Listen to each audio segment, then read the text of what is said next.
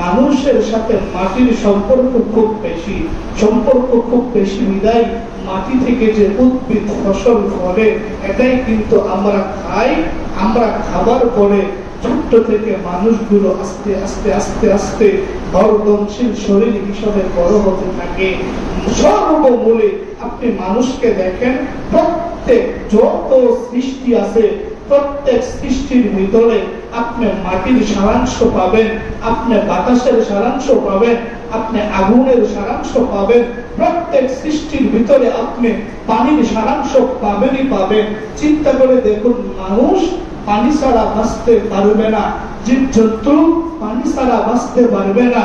মরুভূমির মধ্যে যে একটা উট বিচরণ করে, শত শত বস্তা মাল দিয়ে শত শত উট বিচরণ করতেছে, আল্লাহ রাব্বুল আলামিন আহকামুল হাকিমিন ওই উটটাও পানি ছাড়া এক মাসের উপরে বাঁচতে পারে না। এক মাস তার ভিতরে পানি রিজার্ভ করে রাখার মতো ক্ষমতাও একটা উটকে স্বয়ং আল্লাহ রাব্বুল আলামিন দিয়েছেন। কোরআনে বলেন, ওয়া ইযাল কাইফা ওয়া ইযাল ইবিলি কাইফা খুলিকাত, ওরে মানুষ তোমরা উপদেশ গ্রহণ করার জন্য মরুভূমি উপত্যকায় যে উটগুলো চলে এগুলা নিয়েও যদি তুমি চিন্তা করো, তাহলেও তো আমি আল্লাহর রহস্য, আমি আল্লাহর বিশাল বড় সৃষ্টি, আমি আল্লাহর কুদরত তুমি চয়ন করতে যথেষ্ট ছিলা। মানুষ আমি তোমাকে মৌসুমী ফল যথাসময়ে খাওয়াইতেছি, তবেও তুমি আমার রবের কৃতজ্ঞতা শুকরিয়া আদায় করো না। আমি মানুষকে আল্লাহ রাব্বুল আলামিন হাঁটার ক্ষমতা দিয়েছি, চলার ক্ষমতা দিয়েছি, কথা বলার ক্ষমতা দিয়েছি, আমি মানুষকে নিত্য প্রয়োজনীয় সব কিছু সারার ক্ষমতা আমি রব তোমাকে দিয়েছি, অথচ তুমি আমি রব থেকে তুমি অনেক দূরে, আমি রব থেকে তুমি অনেক গাফেল। চিন্তা করে দেখো, আমিও মানুষ, আপনিও মানুষ। এখন যদি একটা ব্যক্তি এই মুহূর্তে মারা যায়, সেও তো মানুষ, তারও চোখ আছে, তারও কান আছে, তারও জবান আছে, তারও হাত আছে, তারও পা আছে, কিন্তু আমার সবকিছু কাজ করতেছে। আর মৃত ব্যক্তিটার চোখ থাকা সত্ত্বে সে দেখতে পায় না, জবান থাকা সত্ত্বে কথা বলতে পারে না, ব্রেন থাকা সত্ত্বে কাজ করতে পারে না, হাত পা থাকা সত্ত্বে সে নড়াচড়া করতে পারে না। আর ওই কুদরতটা কার? আল্লাহর নবীর জামানায় কাফেররা মুশরিকরা আল্লাহর নবীকে প্রশ্ন করেছিল, ওয়াসআলুনাকা আনির রূহ কুলির রূহু মিন আমরি রাব্বি, বলা হয়েছে রূহটা কি জিনিস, রূহটা কি জিনিস? তখন জবাবে আল্লাহ বলেন, কুলির রূহু মিন আমরি রাব্বি, রূহটা শুধুমাত্র আল্লাহর দেওয়া আদেশ। যে বান্দার ভিতরে, যে ব্যক্তির ভিতরে রূহ সঞ্চালিত থাকবে, তার সমস্ত অঙ্গ প্রত্যঙ্গ কাজ করবে, একে একে চলতে থাকবে। যখন আমি রব ইদা বালাগাতিত তারাকিয়া ওয়া কিলা মান রব, আমি যখন তার রূহটাকে কবজ করে নেব, তার বডি থাকবে ঠিক, তবে তার বডির ভিতরে কোনো কাজ করবে না। প্রিয় মানুষ, একটু বোঝার বিষয়, সমস্ত পৃথিবীটা আল্লাহ রাব্বুল আলামিনের কন্ট্রোলে, আল্লাহ রাব্বুল আলামিনের ক্ষমতায় সমস্ত পৃথিবী আল্লাহ রাব্বুল আলামিনের আদেশে চলতেছে। আবার ওই পৃথিবীটাই আল্লাহ রাব্বুল আলামিনের হুকুমে ধ্বংস হবে। চিন্তা করে দেখুন, মানুষ তো আল্লাহর সৃষ্টি নিয়ে গবেষণা করে না। আল্লাহ মানুষকে বলেছেন, ওরে মানুষ, আমি রবের সৃষ্টি নিয়ে তোমরা চিন্তা করো, গবেষণা করো, আমি রবকে তোমরা পেয়ে যাইবা, কিন্তু আমি রবের চিন্তা করিও না। আমি রবকে কে সৃষ্টি করেছে, শয়তান তোমার মস্তিষ্কে ক্ষণে ক্ষণে কিছুক্ষণ পরে ওই রকম ধোঁকা দিবে, কিন্তু তোমাকে ওই ধোঁকা থেকে দূরে আসতে হবে। আউযু বিল্লাহি মিনাশ শাইতানির রাজিম, বিতাড়িত শয়তান থেকে পানা চাইতে হবে। এখন আপনাদের মনেও একটা প্রশ্ন জাগতেছে, ঠিকই তো হুজুর বলছে প্রত্যেক জিনিসের সৃষ্টিকর্তা আল্লাহ, তবে আল্লাহকে সৃষ্টি করেছে কে? এরকম একটা প্রশ্ন সবার ভিতরে আছে। তার জবাব হলো, চিন্তা করে দেখুন, এখন জবাবটা বোঝানো খুব সম্ভব। আপনি আপনি একটা মেমোরি কার্ডের ভিতরে অথবা আপনি মোবাইলের ভিতরে ইমাম মিজানুর রহমান আজহারি সবার পরিচিত আলোচক ওই ব্যক্তির ওয়াজ বা বয়ান যদি আপনি আপলোড না করেন, কিয়ামত পর্যন্ত ওই মোবাইলে ঘাটাঘাটি করলে কি আপনি ওয়াজ পাবেন? ওয়াজ পাবেন যদি আপলোড না করেন। যদি ওই রকম ওয়েবসাইট বা ওই রকম অ্যাপস যদি আপনার মোবাইলে ডাউনলোড বা আপলোড না করা হয়, কিয়ামত পর্যন্ত পাবেন না। তদরূপী মানুষ আল্লাহ বলেন, ওরে বান্দা, আমাকে চিন্তা করার মতো মেধা মস্তিষ্ক আমি রব তোমাদেরকে দেই নাই।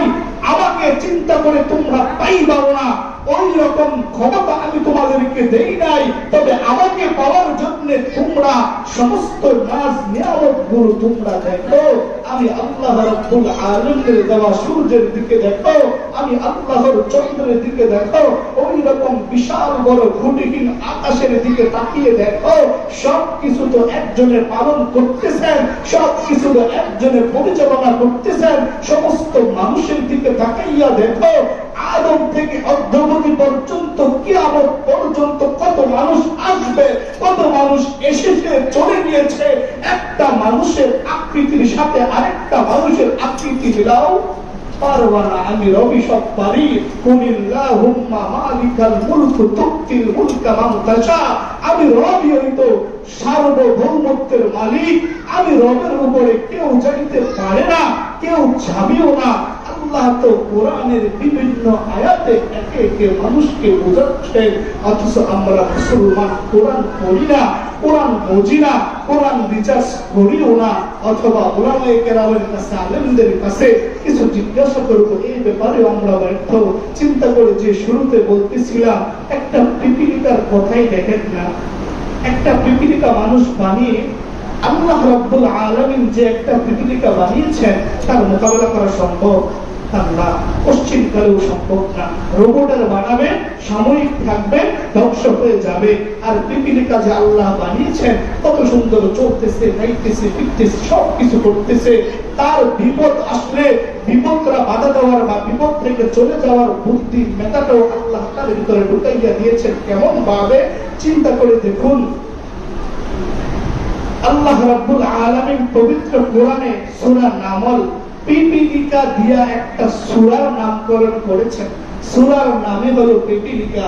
কেন ওই সূরাটা পিপীলিকা নামকরণ করেছেন? কিসের জন্য? আল্লাহ রাব্বুল আলামিন বলেন, হাত্তা ইযা আতাউ আলা ওয়াদিন নামল قالت نملة يا أيها النمل ادخلوا مساكنكم لا يحطمنكم سليمان وجنوده وهم لا يشعرون। আল্লাহ বলেন, সুলাইমান আলাইহিস সালাতু ওয়াস সালাম তার সমস্ত সঙ্গী, তার সমস্ত দলবল নিয়ে আল্লাহ এরকম ক্ষমতা দিয়েছেন, সিংহাসন দিয়ে এক জায়গা থেকে আরেক জায়গায় উড়ে যাওয়া সম্ভব হতো। যখন উড়ে আকাশের উপর দিয়ে যাচ্ছেন, হাত্তা ইযা আতাউ আলা ওয়াদিন নামল, পিপীলিকার উপত্যকায় যখন এসেছেন, তখন এক দলপতি পিপীলিকা তার সাথীদেরকে বলতেছে, ইয়া আইয়ুহান নামলু দুখুলু মাসাকিনাকুম লা ইয়াহতিমান্নাকুম সুলাইমান। হে আমার পিপীলিকার দলেরা, তোমরা তোমাদের গর্তে, তোমরা তোমাদের ঘরের ভিতরে প্রবেশ করো। লা ইয়াহতিমান্নাকুম সুলাইমান ওয়া জুনুদুহু। সুলাইমান এবং তার সমস্ত দলবল যখন তোমাদের উপর দিয়ে যাবে, ওহুম লা ইয়াশউরুন, তোমাদেরকে পিষে ফেলবে, তোমরা টেরও পাবে না। চিন্তা করে দেখুন, পিপীলিকার কথাটা আল্লাহ কোরআনের মধ্যে লিপিবদ্ধ করে দিয়েছেন।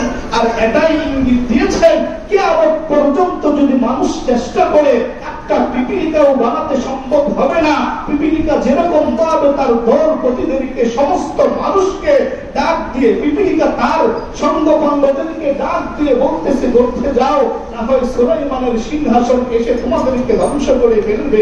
চিন্তা করে দেখুন, একটা রোবট যদি বানায় পিঁপড়া, সে কি এরকম তার নিজের মস্তিষ্ক খাটিয়ে ওই সমস্ত কথা বলে পারবে? কি সম্ভব হবে? পশ্চিমকালেও সম্ভব হবে না। তবেও মানুষ আমরা আল্লাহকে চিনতে পারি নাই, আমরা অহংকার করে চলি। আমাদের থেকে বড় বড় জাতিও তো আল্লাহ ধ্বংস করে দিয়েছেন, আমাদেরকে কি পারবেন না? অবশ্যই পারবেন। দেখুন না, এক সপ্তাহ যাবৎ যে হারে বৃষ্টি হয়েছে, যদি ওই বৃষ্টিটা এক মাস পর্যন্ত থাকতো তাহলে বাংলার দেশের অবস্থা কি হতো? আমার চট্টগ্রাম বিভাগের বাইরে দেখেন না, 5 লাখ মানুষ ঘর বাড়ি ছাড়া হয়ে গিয়েছিল, পানি তাদের বাড়িঘর তলিয়ে দিয়েছিল। আল্লাহ তো এটাও পারে সমগ্র বিশ্ব এক মাসের বৃষ্টি দিয়া, বন্যা দিয়া, প্লাবন দিয়া সবাইকে ধ্বংস করতে পারে না? আল্লাহ ভূমিকম্প দিয়াও তো আমাদেরকে ধ্বংস করতে পারে, অবশ্যই পারে। পবিত্র কোরআনে আছে, মানুষ তোমরা ইতিহাস গ্রহণ করো না, একটু দেখো না, আমি তো তোমাদের পূর্ববর্তী নবীদের উম্মতদেরকে ভূমিকম্প দিয়া জমিনের উপরে তাদেরকে দোষী দিয়েছিলাম। কোরআন একটু পড়েন, দেখেন পবিত্র কোরআনে আল্লাহ বলেন, ওয়াইদা মাদিয়ানা আখাউহুম শুআইব ফাকাল ইয়া কওমি আবুদুল্লাহ। শুআইব আলাইহিস সালামকে যখন মাদায়ান তাদেরকে দ্বীনের দাওয়াত দেওয়ার জন্য, আল্লাহর ইবাদত করার জন্য যখন বলা হয়েছে, শুআইব বললেন, হে আমার কওম, তোমরা আল্লাহ রাব্বুল আলামিনের ইবাদত করো, ওয়ারজুল ইয়াউমাল আখিরা, এবং কিয়ামত দিবসকে ভয় করো, ওয়ালা তা'সাউ ফিল আরদি মুফসিদিন, জমিনের উপরে হাঙ্গামা ফিতনা ফাসাদ সৃষ্টি করিও না। এই কথা যখন শুআইব আলাইহিস সালাম তার জাতিকে বলেছিল, তখন ওই জাতিরা কি করেছে? আল্লাহ পবিত্র কোরআনে বলেন, ফাকাযাবুহু, তারা তাকে মিথ্যা প্রতিপন্ন করেছে। শুআইবকে বলেছে, তুমি আল্লাহর দিকে আমাদেরকে আহ্বান করছো, এটা সম্পূর্ণ মিথ্যা কথা। তখন শুআইব বলে, না, আমাকে আল্লাহ পাঠিয়েছেন তোমাদেরকে আল্লাহর দাওয়াত দেওয়ার জন্য, কিন্তু তারা অস্বীকার করেছে এবং দুনিয়াতে ফিতনা ফাসাদ শুরু করেছে। তখন আল্লাহ নিজে বলেন, ফাআখাযাতহুমুর রাজফা, আমি আল্লাহ রাব্বুল আলামিন তাদেরকে ভূমিকম্প দিয়ে পাকড়াও করেছিলাম। এটাই আমার মূল উদ্দেশ্য। আল্লাহ বলেন মাদায়ানবাসীকে, ফাআখাযাতহুমুর রাজফা, আমি আল্লাহ ভূমিকম্প দিয়ে তাদেরকে ধ্বংস করেছিলাম। ফাআসবাহু ফি দারিহিম জাসিমিন, ভূমিকম্পের পরে তারা মরে তাদের বাড়ির মধ্যে নতজানু অবস্থায় পড়ে রয়েছিল। তারা আল্লাহকে অস্বীকার করেছে। সীমা লঙ্ঘন করার কারণে আমি ইতিপূর্বে কত মানুষকে ধ্বংস করেছি। ওরে মানুষ, তোমরা সীমা লঙ্ঘন করবা, তোমরা মেসিকে বাপ দেখবা, তোমরা 3 তলায় উঠে উল্লাসের মিছিল ভিডিও করতে যাইবা, কারেন্টে শর্ট খাইয়া মরবা, তোমাদের অবস্থা কি হবে রে ভাই? তোমাদের অবস্থা কি হবে? এত বেহুশ হয়ে গিয়েছো, এত মাতাল হয়ে গিয়েছো। অথচ আর্জেন্টিনার প্রেসিডেন্ট সে নিজেই বলেছে, যখন ফিফা বিশ্বকাপ খেলা হবে, আমরা যখন জিতবো, ইসরায়েলের শিশুদেরকে আমরা সমস্ত টাকাগুলো উৎসর্গ করব, আর মুসলমান তোমরা দিনের পর দিন, রাতের পর রাত ওই নির্যাতনের অনুসরণ করো। হায় আফসোস, কি জবাব দিবা আল্লাহর কাছে? রব্বে কাবার কসম, খোদার কসম করে বলি, তোমরা যদি তাদের মহব্বত নিজের ভিতরে লালন করো আর বলো, মেসি আমার আব্বা লাগে, নেইমার আমার প্রিয়, সবচেয়ে বেশি প্রিয়, তাদের সাথেই থাকবা, জন্মদাতা বাপ তোমার আব্বা লাগে না, অথচ যে ইহুদি খ্রিস্টান আমাকে আপনাকে মারার জন্য 24টা ঘন্টা পায়তারা করছে, তারা আপনার আব্বা। নাউজুবিল্লাহ। আল্লাহ আমাদের মুসলমান সন্তানদেরকে পরিপূর্ণ বুঝ দান করো এবং ঈমান নিয়ে কবরে যাওয়ার তৌফিক দান করুন। সকলে বলি আমিন।